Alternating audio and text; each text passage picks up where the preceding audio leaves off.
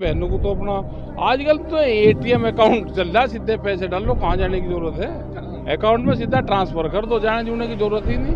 भाई तेल का खर्चा, आने जाने का खर्चा, एक दिन का 500 रुपये की दाढ़ी उसका भी दे दो, तेल का भी दे दो, एक दिन बच गया और वो सारा का सारा उसमें। ने अभी गोधन पूजा किया। हाँ, और जिस तरह कहा कि अभी इस बार फसल भी का दाम भी अच्छा मिलेगा, ऐसा क्यों?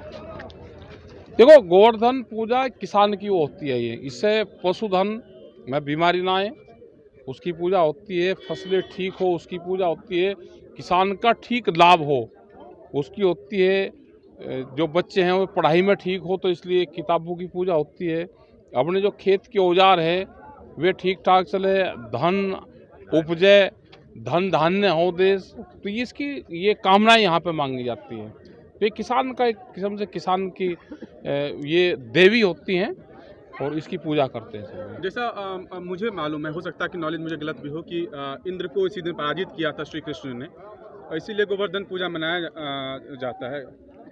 कहाँ पराजित करा इंद्र को, कहाँ नहीं, हुआ? घमंड हो गया था, गोवर्धन पर्वत उठाया था इसी दिन, इसी के उपलक्ष्य में ये पूजा करते हैं। भाई अब अपने क्षेत्र में अब अपने तरीके से मानने अब इनमें आपस में क्यों कृष्ण जी में इंद्र में भाई विवाद करवा में खाम खा नहीं, कुछ लोगों ने एक राड और खाम खा हम इस राड तक भाई बहुत दूर हैं, मारना तो एक ही राड का पंडा नहीं छूट रहा। अभी हमने ये कहा है कि पूजा इसलिए होती है कि फसलें ठीक हो और औजार और किताबें सब इसलिए पूजते हैं कि भाई जो बच्चों की किताब है भाई बच्चों को पढ़ाई ठीक हो, ये है। यही हमें बताया गया। होली भी मन गई, दीपावली भी मन हाँ मनी। तो कब तक ये ऐसा सिलसिला चलता रहेगा? कब अरे तक आस लगती है? जब सरकार 5 साल चल सके इलेक्शन बनकर, ये बिना इलेक्शन की सरकार है चल रही तो क्या दिक्कत है उसमें? यार ठीक चल रहा है तो काम। 3 बड़े त्योहार होते हैं, दीपावली हो गई, गोवर्धन पूजा हो गई, भैया दूज, तो दो आपने यहाँ मना लिए, क्या भैया दूज पे घर जाएंगे? हम तो नहीं जाते घर भाई, हम क्यों जाएं घर? भैया दूज तो नहीं, किसके घर पे जाएं? और सारी बहनी तो हैं, ये सब अपना जाएंगे, सारी जनता जाएंगी तो वे जा रहे हैं। बहनों को तो अपना आजकल तो एटीएम अकाउंट चल रहा है, सीधे पैसे डाल लो, कहाँ जाने की जरूरत है। अकाउंट में सीधा ट्रांसफर कर दो, जाने जुड़ने की जरूरत ही नहीं। भाई तेल का खर्चा, आने जाने का खर्चा, एक दिन का 500 रुपये की दाढ़ी उसका भी दे दो, तेल का भी दे दो, एक दिन बच गया और वो सारा का सारा उसमें। पेट्रोल के दाम भी कम हो गए। हाँ, बड़े हुए भी बता दो भाई, बड़े हुए बता दो, बड़े हुए कोई नहीं बता या रहा। जिस तरह से ये लगता है कि बीजेपी को कुछ राज्यों में हार मिली है और लोकसभा सीटों पे, खासकर जहां उनकी बहुत बड़ी संख्या में विजयी हुई थी, क्या ये सोचकर कि पाटा गया कि पेट्रोल का दाम कम कर दें तो हो सकता है कि वोट दे दे जनता? वोट तो जनता जब सोचेगी जब ये जहाँ से आए थे सब वहीं लेके आ जाए। साटक पे ले आओ तो फिर जनता कुछ सोच लेगी, साटक पे ले आओ इसको। जैसा आपने कहा कि दवाई का असर हो गया है कुछ जगह, तो हो या क्या असर दोगे? दे देंगे, अभी क्या चुनाव है, अभी तो पूजा पाठ करो वो करो। 26 तारीख तक का सरकार को टाइम दिया, 26 तारीख में नहीं होगा तो भाई कपड़े वपड़े अपने जो ये हैं इनको बदलने का काम करेंगे, मांगने का काम शुरू करेंगे, लोग से ये मांगेंगे जो टीन सेट हैं, पन्नियाँ हैं, तिरपाल हैं, रजाइयाँ हैं, ये मंगाना शुरू करेंगे। तो जब तक ठंड भी हो जाएगी और फिर आगे देख लेंगे, तो चलता ही रहेगा काम। आजाद की बरसी मनाओगे? बरसी मनाएंगे मतलब नहीं, 26 तारीख हो जाएगा तो वो तो रहेगा, 1 साल हो जाएगा तो। आपके एक बयान से हड़कंप मच गया कि हम क्या? संसद में फसल बेचेंगे।